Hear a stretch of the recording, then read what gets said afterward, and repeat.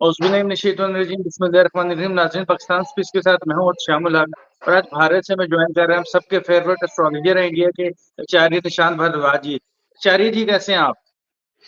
महादेव की कृपा है भाई। आचार्य जी, बड़ी-बड़ी पेशन गोइयाँ हो रही हैं, आपकी कई पेशन गोइयाँ सच भी साबित हो चुकी हैं अभी तक।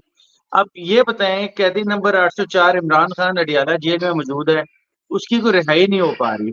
कोई आखिरी फाइनल कोई तारीख दे दें हमें, कब वो बाहर आएगा? लोग शिद्दत से इंतज़ार कर रहे हैं।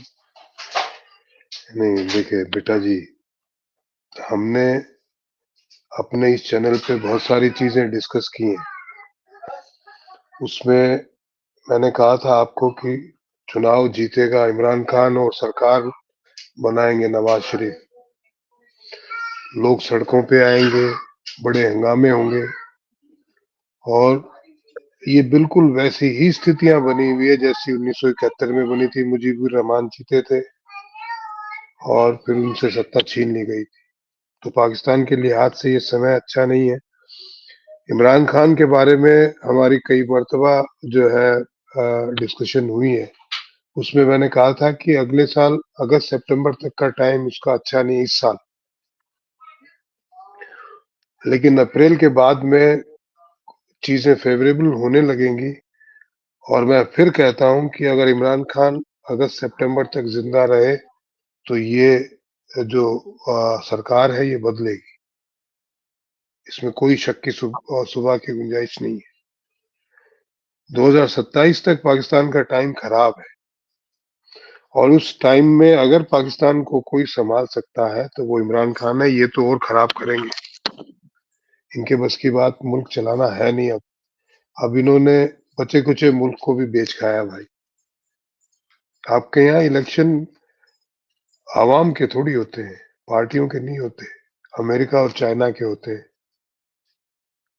और अमेरिका ने अपना आखिरी दाव खेला है।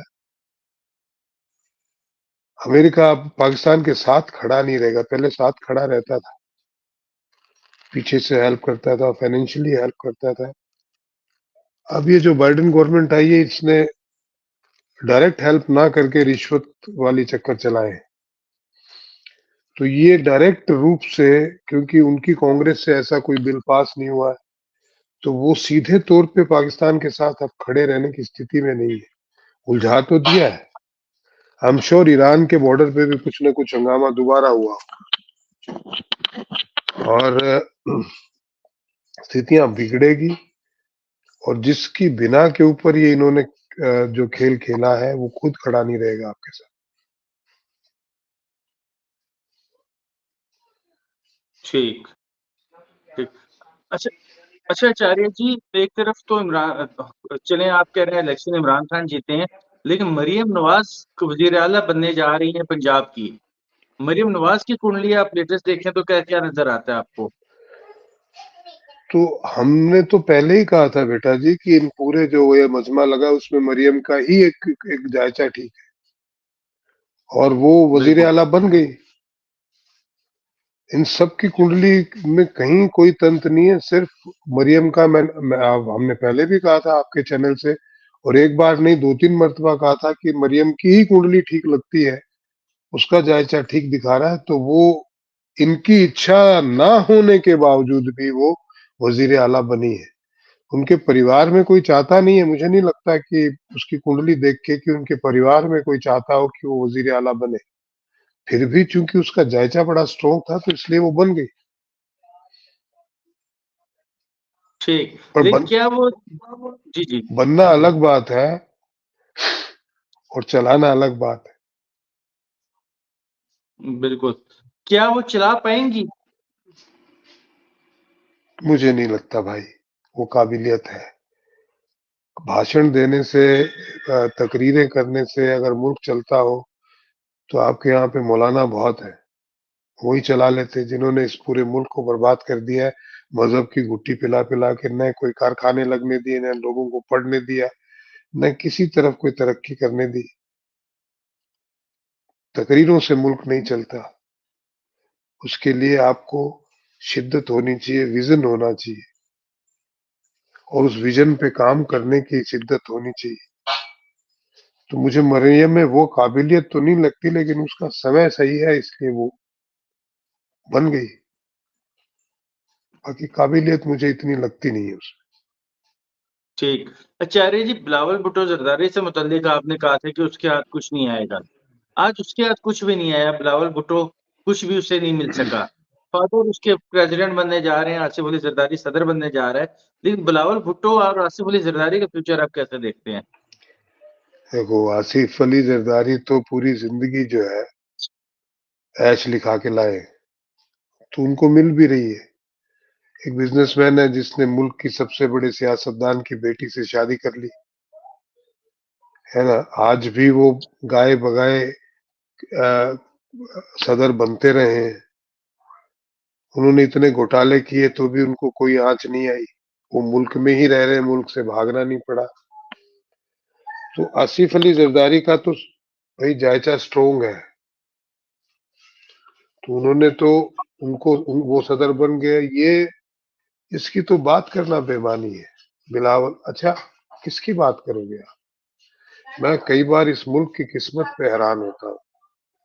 जो खुद दो पैरों से चल के 10 कदम नहीं चल सकते, वो देश मुल्क को चलाएंगे।